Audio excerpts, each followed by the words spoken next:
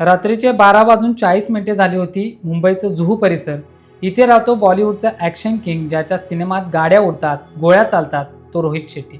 पण त्या रात्री जी ॲक्शन झाली ती सिनेमातली नव्हती, ती रिअल होती. अंधारात एक बाईक आली, त्यावर दोघे जण, चेहरे हेल्मेटने झाकलेले. बाईकचा वेग कमी झाला आणि सलग 5 गोळ्या झाडल्या गेल्या.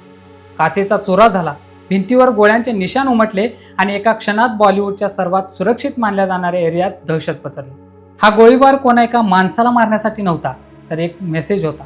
असा मेसेज ज्याची तार थेट गुजरातच्या साबरमती जेलमध्ये बसलेल्या एका माणसाची जोडलेली आहे. धक्का तेव्हा बसला जेव्हा काही तासातच सोशल मीडियावर एक पोस्ट पडली. हँडल होतं शुभम लोणकर आणि अर्जुन बिश्नोई, आणि त्यात फक्त 3 शब्द होते, वेट अँड वॉच, म्हणजे वाट पहा आणि बघा. ही धमकी कोणाला होती, पोलिसांना की पुढच्या टार्गेटला?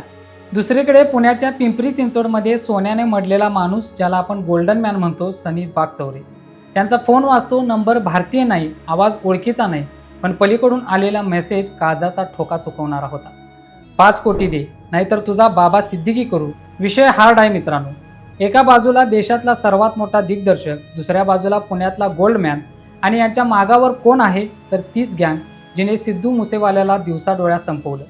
तीच गँग जिने सलमान खानच्या घराबाहेर गोळ्या झाडल्या.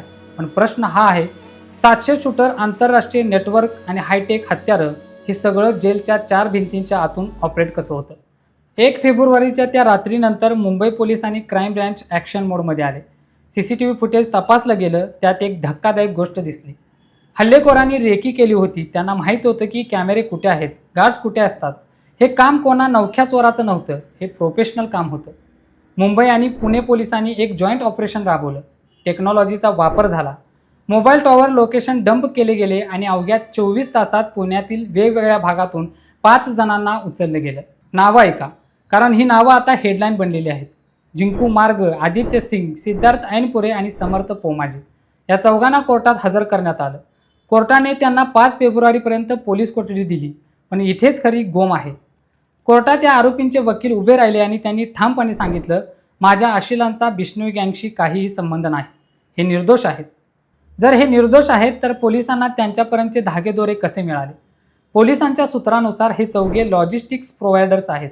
म्हणजे काय, तर जेव्हा एखादा मोठा क्राईम करायचा असतो तेव्हा बाहेरून आलेल्या शूटर्सना राहायला जागा लागते, खायला अन्न लागतं आणि पळून जायला गाडी लागते. हे काम स्थानिक लोक करतात. या 4घांवर आरोप आहे की त्यांनी शूटर्सना मदत केली. पण मग ज्याने खरोखर गोळी झाडली तो मेन शूटर कुठे आहे? CCTVमध्ये जो बाईक चालवताना आणि मागे बसून गोळ्या झाडताना दिसला तो अजूनही गायब आहे. आणि सर्वात महत्त्वाचं, ती बंदूक कुठं आहे? जोपर्यंत बंदूक सापडत नाही तोपर्यंत बॅलिस्टिक रिपोर्ट येणार नाही, आणि जोपर्यंत मेन शूटर सापडत नाही तोपर्यंत हा गेम कोणी लावला हे अधिकृतपणे सांगता येणार नाही. तो शूटर राज्याबाहेर, कदाचित नेपाळ किंवा बांगलादेशच्या सीमेवर पोचला सुद्धा असेल. रोहित शेट्टीच नाही तर पुण्याचे गोल्डमॅन सनी वाघचौरे, ज्यांच्या अंगावर नेहमी किलोभर सोनं असतं, बॉलिवूड स्टारसोबत ज्यांचे फोटो असतात, त्यांच्यासाठी 25 जानेवारीची संध्याकाळ सोन्यासारखी नव्हती तर भीतीदायक होती. त्यांच्या फोनवर एक आंतरराष्ट्रीय नंबरवरून व्हॉट्सअप कॉल आला, पण त्यांनी तो उचलला नाही. लगेच मेसेज आला, शुभम लोणकर कॉल मी. शुभम लोणकर हे नाव आठवतंय? 12 ऑक्टोबर 2024ला जेव्हा बाबा सिद्दीकींची हत्या झाली तेव्हा पोलिसांनी ज्या मुख्य मास्टरमाइंडचं नाव घेतलं तोच शुभम लोणकर. अकोल्याचा हा तरुण, जो एकेकाळी सैन्यात भरती व्हायला गेला होता, तो आता भारताचा मोस्ट वॉन्टेड गुन्हेगार बनलाय. त्याने सांगितलं, मी बिश्नोई गँगमधून शुभम लोणकर. गुगलवर सर्च करून बघ, बिश्नोई गँग कोण आहे ते. 5 कोटी रुपये तयार ठेव, तुझ्याकडे 5 दिवस आहेत, नाहीतर तुझा बाबा सिद्दीकी करू. हे वाक्य ऐकून कोणाच्याही पायाखालची जमीन सरकेल. विचार करा, पुण्यातल्या एका माणसाला कॅनडा किंवा अमेरिकेतून कॉल येतो, त्याला धमकी दिली जाते, आणि त्याच वेळी मुंबईत रोहित शेट्टींवर हल्ला होतो. हे काय दर्शवतं? हेच सांगतं की ही गँग आता फक्त सलमान खानपुरती मर्यादित राहिलेली नाही. त्यांचं टार्गेट आता बदलले. ज्यांच्याकडे पैसा आहे, प्रसिद्धी आहे आणि जे सोशल मीडियावर गाजतायत ते आता बिश्नोईच्या रडारवर आहेत. आणि या सगळ्याचं मूळ गुजरातच्या साबरमती जेलमध्ये. तिथे हाय सिक्युरिटी बॅरेकमध्ये बंद आहे तो म्हणजे लॉरेन्स बिश्नोई. वयाने तरुण पण डोक्याने इतका शार्प की जेलमध्ये बसून तो जगाच्या पाठीवर कुठेही ऑपरेशन करू शकतो. साबरमती जेल म्हणजे भारतातलं सर्वात सुरक्षित जेल मानलं जातं. तिथे मोबाईल जॅमर आहेत, हाय सिक्युरिटी झोन आहे. तरीही लॉरेन्सच्या मुलाखती TV वर येतात, त्यांचे ऑडिओ कॉल व्हायरल होतात. तो जेलमधून सिग्नल देतो आणि बाहेर कॅनडामध्ये बसलेला गोल्डी ब्रार आणि अमेरिकेतून नुकताच भारताकडे सोपवण्याच्या प्रक्रियेत असलेला त्याचा भाऊ अनमोल बिश्नोई, हे दोघे त्या ऑर्डरवर अंमलबजावणी करतात. हे एक कॉर्पोरेट कंपनीसारखं स्ट्रक्चर आहे. लॉरेन्स बिश्नोई जेलमधून व्हिजन देतो, गोल्डी ब्रार परदेशातून ऑपरेशन मॅनेज करतो, सोशल मीडियावरून नवीन शूटर्स भरती करतात आणि 18 ते 25 वयोगटातली अशी पोरं ज्यांना हातात बंदूक धरली की आपण डॉन झालो असं वाटतं, त्यांना पैशाचं आणि प्रसिद्धीचं आमिष दाखवलं जातं आणि या दलदलीत ओढलं जातं. 29 मे 2022ला सिद्धू मुसेवाला गेला. 14 एप्रिल 2024ला सलमानच्या घराबाहेर गोळ्या झाडल्या. 12 ऑक्टोबर 2024ला बाबा सिद्दीकी संपवले आणि आता 1 फेब्रुवारी 2026ला रोहित शेट्टी. प्रत्येक हल्ला हा फक्त मारण्यासाठी नसतो, तर तो दहशत निर्माण करण्यासाठी असतो. आम्ही तुमच्या घरात घुसून मारू शकतो हा मेसेज देण्यासाठी असतो. रोहित शेट्टींवर झालेला हा हल्ला खंडणीसाठी होता की फक्त दहशत बसवण्यासाठी? कारण रोहित शेट्टी आणि सलमान खान यांचे संबंध जगजाहीर आहेत. कदाचित हा हल्ला सलमानला पुन्हा एकदा इशारा देण्यासाठी असू शकतो. पण हा विषय फक्त गुन्हेगारीचा नाही आहे, यात आंतरराष्ट्रीय राजकारण सुद्धा घुसलेलं आहे. जानेवारी 2026मध्ये कॅनडाच्या रॉयल कॅनेडियन माउंटेड पोलीस यांनी एक बॉम्ब टाकला. त्याने अधिकृतपणे म्हटलं की भारतीय एजंट्स बिश्नोई गँगचा वापर करून कॅनडातील खलिस्तानी समर्थकांना टार्गेट करत आहेत. भारताने हे आरोप फेटाळले. हे मूर्खपणाचं आहे असं आपण म्हणालो. पण विचार करा, एका गँगमुळे कॅनडा आणि भारत समोरासमोर उभे ठाकलेत. एका गुंडाची ताकद एवढी कशी वाढली? या गँगला फंडिंग कुठून मिळतं? उत्तर आहे खंडणी आणि ड्रग्ज. पण यापेक्षा भयानक आहे त्यांचा शस्त्रांचा साठा. 27 जानेवारी 2026ला पंजाब पोलिसांनी एका मॉड्यूलचा पर्दाफाश केला.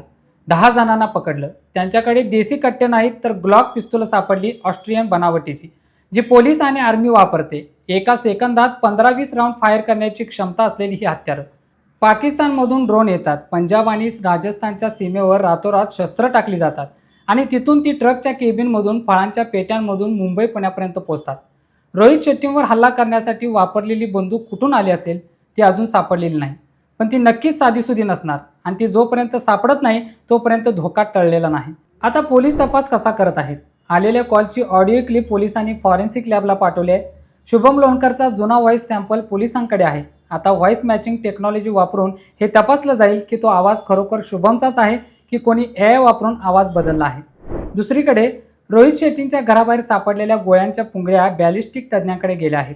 त्यावरून हे समजेल की ही गोळी कोणत्या प्रकारच्या पिस्तूलमधून झाडली गेली आहे. पोलिसांनी त्या परिसरातील डंप डेटा काढला आहे. गोळीबाराच्या वेळी तिथे कोणते मोबाईल नंबर ॲक्टिव्ह होते, कोणता नंबर संशयास्पदरित्या बंद झाला, या एका क्लूवरून पोलीस मुख्य आरोपीपर्यंत पोहोचू शकतात. रोहित शेट्टी हल्ल्याप्रकरणी जिंकू मार्ग, आदित्य सिंग, सिद्धार्थ ऐनपुरे आणि समर्थ पोमाजी कोठडीत आहेत. सनी वाघचौरे पोलीस संरक्षणात आहेत, बुलेट प्रूफ जॅकेट घालून फिरत आहेत. सलमान खानच्या सुरक्षेत Y+ वरून आणखी वाढ करण्यात आली आहे. पण लॉरेन्स बिश्नोईच्या वकिलाने कोर्टात पुन्हा एकदा सांगितले, लॉरेन्सचा याच्याशी काहीही संबंध नाही.